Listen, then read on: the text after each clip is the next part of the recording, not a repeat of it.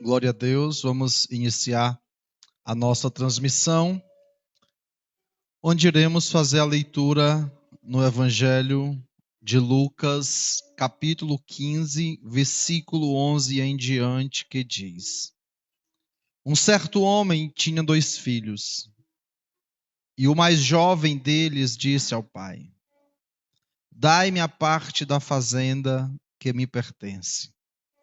E ele repartiu por eles os bens. E poucos dias depois, o filho mais novo, ajuntando tudo, partiu para um local muito longe. E ali chegando, desperdiçou tudo o que tinha, vivendo dissolutamente. E havendo ele gastado tudo, houve naquela terra uma grande fome. E passou necessidades. E foi, e chegou-se a um dos cidadãos daquela terra, o qual mandou para os seus campos para apacentar os seus porcos. E desejava encher o seu estômago com a comida que sobrava dos porcos. E ninguém lhe ajudava em nada. E depois de tanto sofrimento, caindo em si, pensou: quantos trabalhadores de meu pai têm abundância de pão, e eu aqui passando fome. Mas irei me levantar, irei me encontrar com meu pai, irei lhe pedir perdão e reconhecer o meu pecado contra ele diante dos céus. Já não sou mais digno de ser chamado de seu filho, mas que ele possa fazer a mim como um dos seus trabalhadores. E levantando-se foi ao encontro de seu pai. E quando estava ainda longe, avistou o seu pai. E ele se moveu de íntima compaixão. E correndo, lançou-lhe ao pescoço e o beijou. E o filho lhe disse: Pai, pequei contra ti perante os céus, e já não sou digno mais de ser chamado nem de teu filho. Mas o pai disse aos seus servos: Trazei depressa a melhor roupa, e vesti-lo, e ponde um anel na mão, e sandálias nos pés. E trazei o bezerro cevado, e matai-o. E comamos e alegremo-nos, porque este meu filho estava morto, e reviveu. Tinha se perdido, e foi achado. E começaram a alegrar-se. E o seu filho mais velho estava no campo, e quando veio a chegar perto da casa, ouviu a música e as danças, e chamando um dos servos, perguntou o que era aquilo. E ele respondeu: foi o teu irmão que voltou, e o teu pai matou o bezerro cevado, porque o recebeu são e salvo.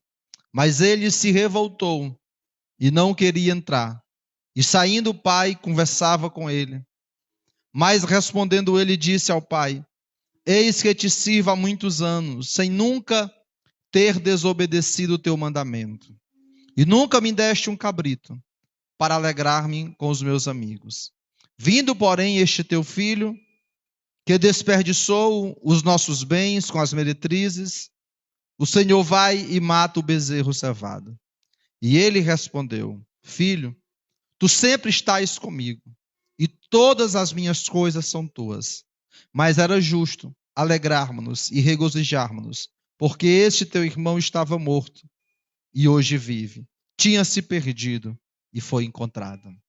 Obrigado, Senhor Jesus, por esta palavra, por esta leitura maravilhosa. Fala conosco nesta noite de domingo, uma noite belíssima, linda, de um final de semana abençoadíssimo que o Senhor fez para cada um de nós. É isso que nós te pedimos, em nome de Jesus. Amém e graças a Deus.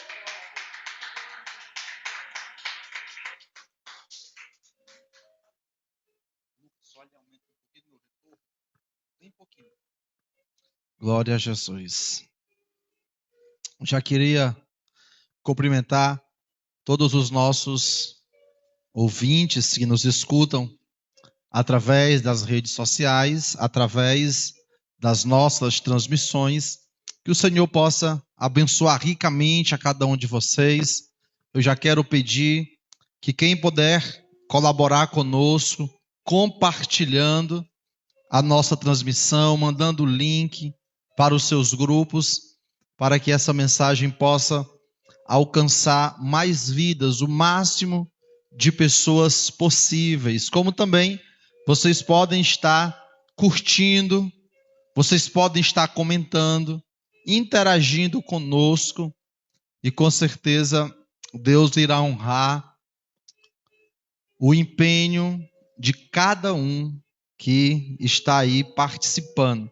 Então, fique conosco durante estes minutos, que iremos falar um pouco da mensagem, da palavra de Deus, do Evangelho de Jesus Cristo, segundo escreveu o evangelista Lucas, o mesmo que também escreveu o livro de Atos dos Apóstolos.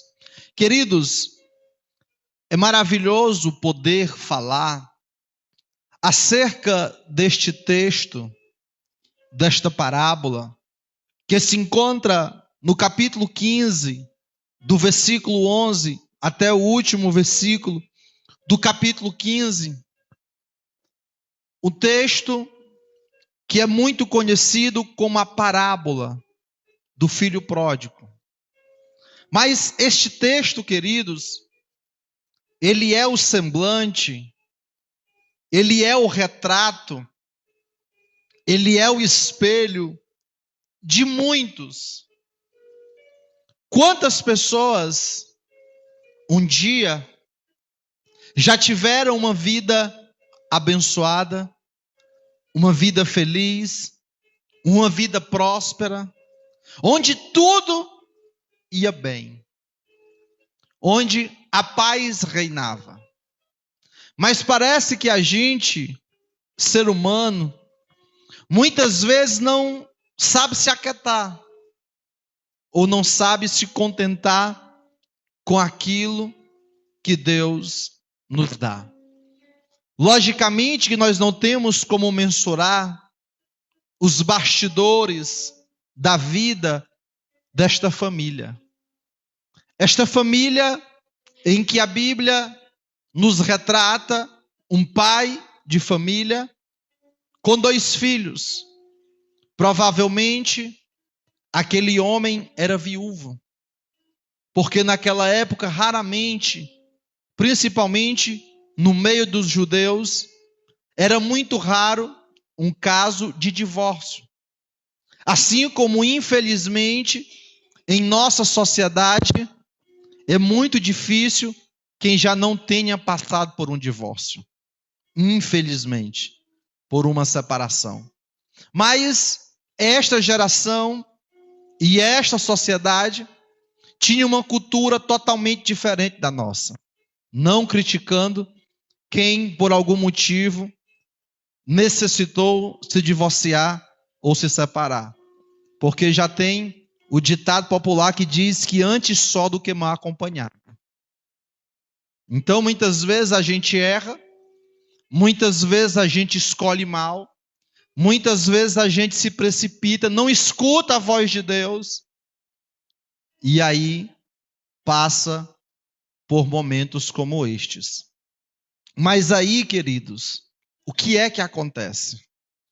Esta família composta por um pai e 2 filhos, a Bíblia relata que eles tinham uma fazenda. Ou seja, aqui já se nota que eram pessoas bem de vida. Porque nesta época, quem tinha uma fazenda tinha fartura.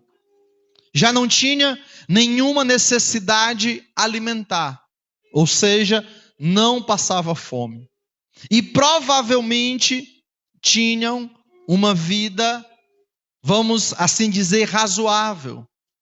Onde podiam ter o que queriam, onde poderiam comer o que necessitarem. Tinham uma vida boa, uma vida abençoada. E é interessante que o relato do texto não demonstra nenhuma situação que pudesse explicar ou que pudesse motivar a saída do filho mais novo de casa. A Bíblia relata que um dia comum, como qualquer um outro, o filho chega para o pai e pede algo que, à luz da legislação brasileira, é ilegal, que é você pedir um adiantamento da sua herança. Porque a herança, ela só é concedida após a morte, ou do pai ou da mãe, não havendo nenhum meio que obrigue ou que force o pai ou a mãe dar alguma parte da herança ao filho. Mas o que eu acho interessante é que este pai, ele poderia muito bem contrariar este filho, dizer que não dava uma parte da herança, dizer que não permitia que aquele filho saísse de casa. Mas o que me chama bastante atenção é que este pai, ele conhecia muito bem o filho que tinha. E a gente escuta muitos questionamentos acerca de Deus. Por que é que Deus me deixa sofrer? Por que é que Deus permite que eu tome decisões erradas? Por que é que Deus não impede que eu venha quebrar a cara? Por que é que Deus me deixa sofrer? A grande questão, queridos, é que Deus sabe que se Ele disser não para a gente, a nossa revolta vai ser ainda maior. Porque quando a gente coloca algo na cabeça, na mente, não tem quem impeça. Procura impedir o teu filho de namorar, para tu ver a guerra. Tenta escolher a roupa da tua filha vestir. Tenta comprar a roupa dela para ver. Todos nós sabemos que as pessoas hoje têm um temperamento muito forte. As pessoas são muito incisivas. A mídia e as novelas passaram a educar os nossos filhos. A moda é quem dita a regra. É quem dita a forma, a cor de roupa, o modelo que as pessoas vão se vestir. Então, este pai, investido de sabedoria, e entendendo que a mentalidade daquele filho tinha chegado a um ponto que nada e nem ninguém iria impedi-lo de tomar a decisão que ele já tinha colocado no seu coração. Porque o nosso grande problema é que nós não sabemos perguntar as coisas a Deus. Nós colocamos as coisas no nosso coração e o que nós queremos é somente o aval de Deus, a autorização de Deus, que Deus nos apoie na nossa decisão. E o que este pai de família fez foi o mesmo que Deus faz muitas vezes. Este pai não apoiou a decisão deste filho. Esse pai não tentou impedir, mesmo já sabendo, mesmo já prevendo que o resultado não ia ser bom. Porque tem gente que não quer escutar conselho. E a Bíblia já diz que quem não quer conselho leva reino. Ou seja, quem não quer ouvir um conselho, quem não quer um exemplo, sofre, quebra a cara, passa por situações complicadas, difíceis. Então, este pai, ele nem ao menos diz: filho, não vá. Filho, reconsidere. Pense melhor. Porque naquela época, queridos, você não se ouvia relatos de um filho ou uma filha sair de casa se não fosse casado ou casada.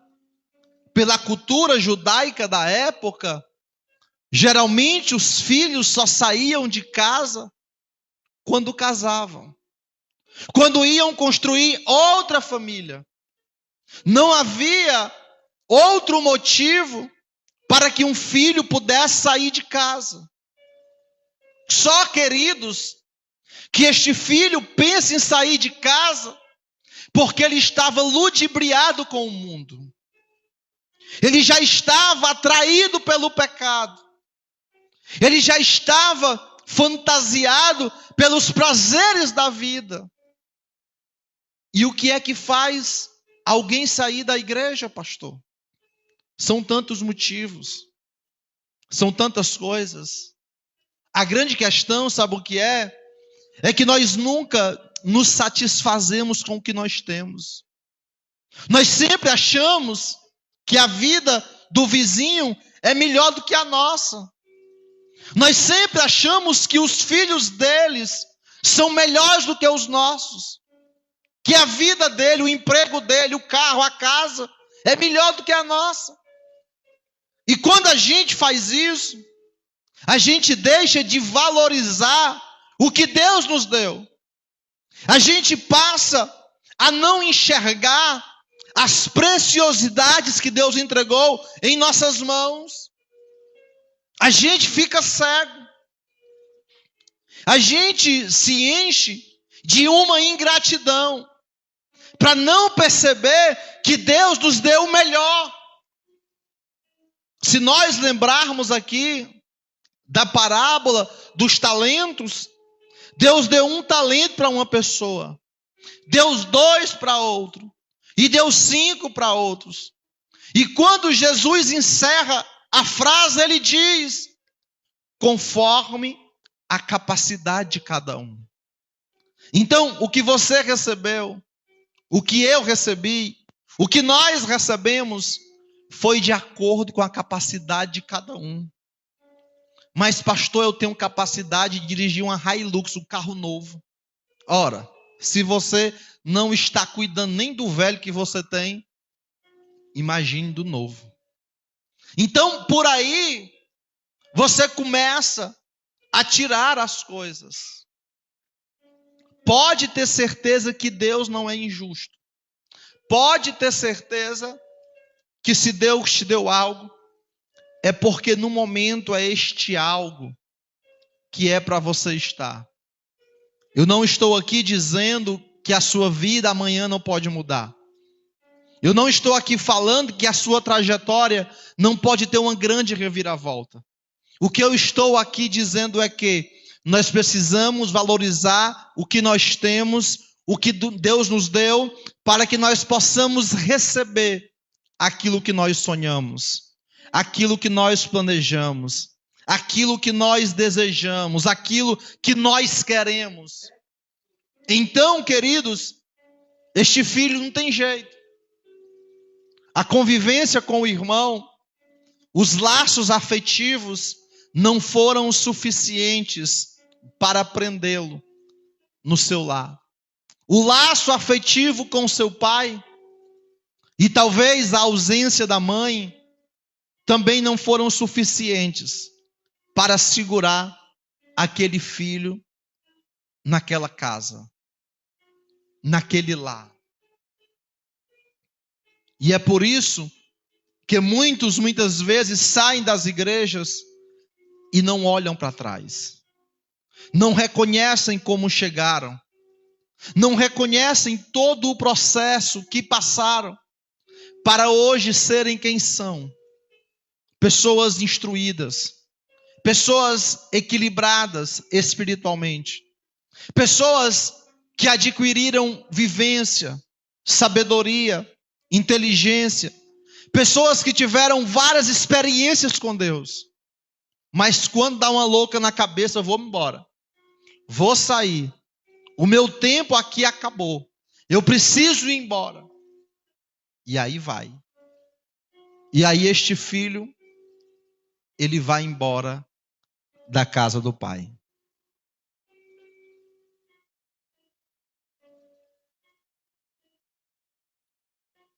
Eu acredito que os que aqui estão conosco, na nossa igreja, e os que estão em casa ou em algum lugar nos assistindo, sabem o que é a falta de uma mãe ou de um pai quando um filho vai trabalhar em outro estado, por exemplo, em outra cidade, ou quando o filho ou a filha se casa, né? Ou vai morar só, por exemplo. A falta que faz, não é? O sentimento de separação, ou até mesmo o sentimento de perca, mesmo sabendo que aquela pessoa vai estar próxima.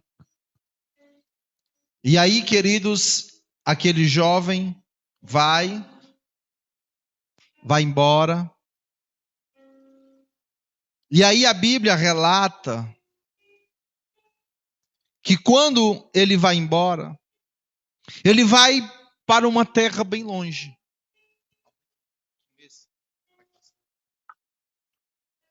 Qual o motivo, queridos, de alguém que morou a vida inteira em uma cidade, em um local, e ir embora para bem longe?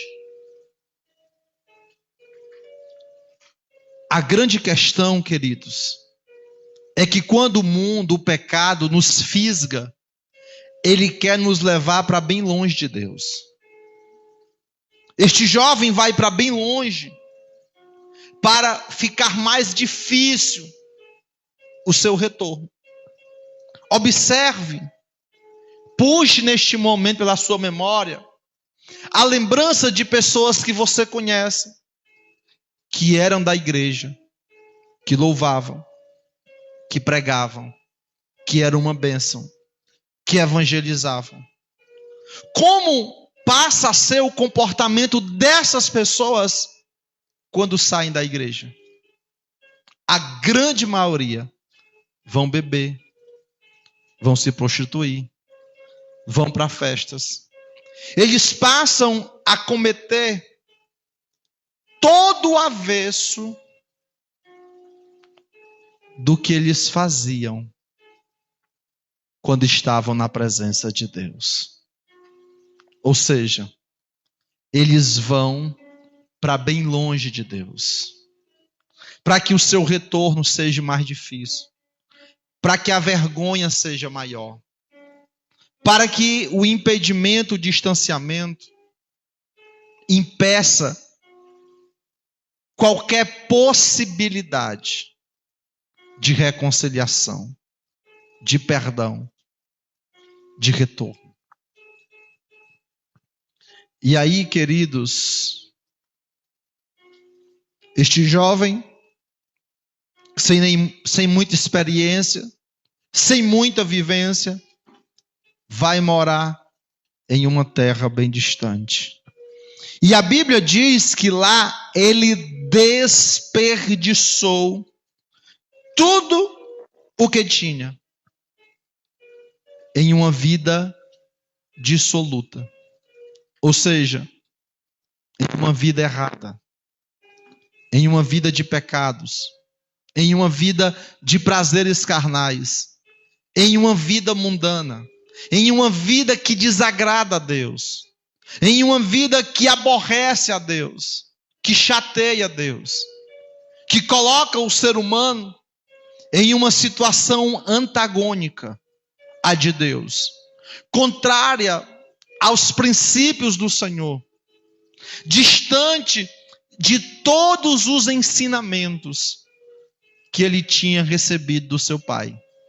Observe que uma vida inteira convivendo com o pai e com o irmão não lhe deram capacidade para resistir às tentações do mundo.